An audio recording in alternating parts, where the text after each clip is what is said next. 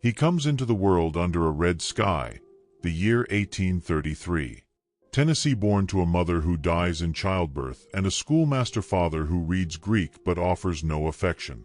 The boy, unnamed, only the kid, is born with violence in his blood and tragedy in his bones. At 14 he runs from home, restless and unclaimed, the road stretching wide with promise and peril. He wanders through the American South, a boy grown feral in the brush.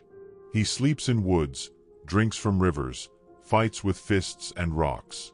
He can neither read nor write, and in him broods already a taste for mindless violence.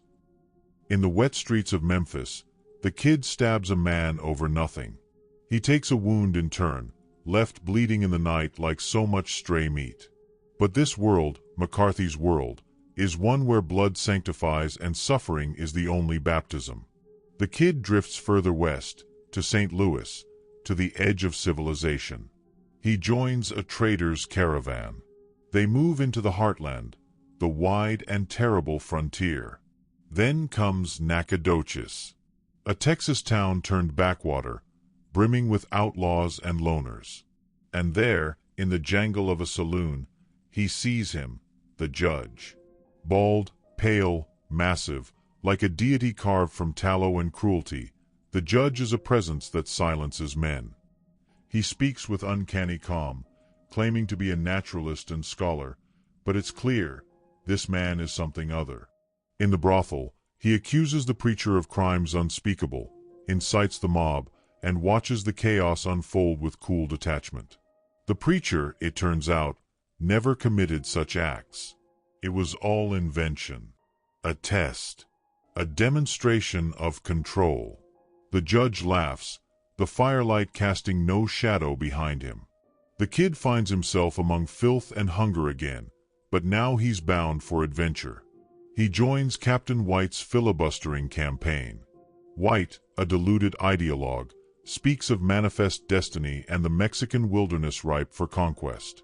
His words stir some, but the kid sees only the road ahead, rifles, dust, a few horses, and a dream wrapped in madness. They march into Mexico, unauthorized, unwelcomed, unready. They are caught in a storm and then in an ambush.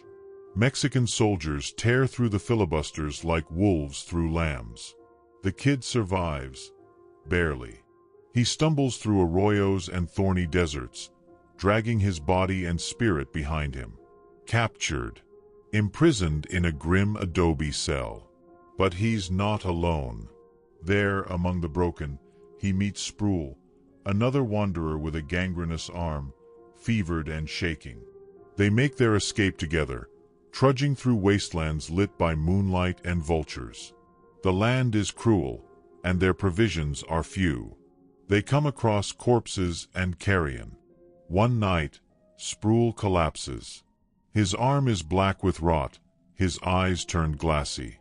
The kid leaves him behind beneath a rocky overhang and keeps walking. He finds a cluster of Delaware's native scouts hired by white soldiers. Among them is a guide who leads him toward Chihuahua, where opportunity, of the worst kind, awaits. Chihuahua, a town ruled by fear, hemmed by wilderness. Here, the kid meets Glanton. John Joel Glanton, a former Texas Ranger turned mercenary. Glanton is a man of cold resolve and efficiency. His company hunts Apaches for gold, scalps traded like coin. The kid joins. No contract is signed, but the understanding is clear. He is to kill, and he is to take scalps. Civilization has receded. Now they march into the abyss. They ride into the wilderness, a hellish procession of killers. The company is a menagerie of broken men, Black Jackson and White Jackson, always at odds, Bathcat the brawler, Tobin the ex-priest, and once more, the judge. Yes, the judge has joined them. No man saw him hired, and no man sees him sleep.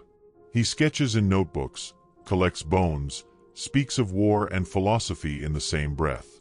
They ride through the Chihuahuan Desert, an alien and apocalyptic landscape. Canyons blaze with heat. carcasses rot in the sun. They come upon a massacred village, bodies desecrated, women defiled, children mutilated. The air reeks of sulfur and fate. When they finally engage a band of Apaches, the violence is staggering. Men are scalped alive, their screams rising into the red heavens. The kid fights with rifle and blade, hacking and firing in a trance. The company collects scalps, smears blood on saddlebags, and rides on. No prayers, no remorse. The gold from the Chihuahua governor's coffers is promised, payment for proof of death. The judge surveys the carnage with calm fascination. War, he says later, is the truest form of divination. The days and weeks blur into a continuum of brutality. Villages are burned, strangers hanged, water is scarce, and the sun reigns like a cruel god. The men begin to unravel, each in their own way.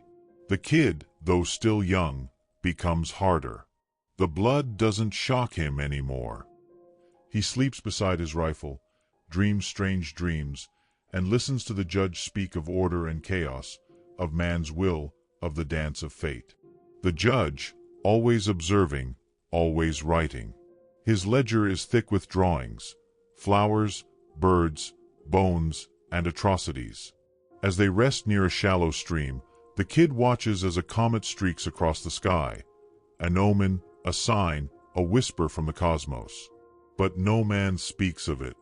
The fire crackles, the desert wind sighs, and somewhere in the night, a child's cry echoes through the sage. They ride again at dawn. Another town waits beyond the horizon. More blood, more scalps, more death. And the judge rides among them, like a prophet with no God but the void.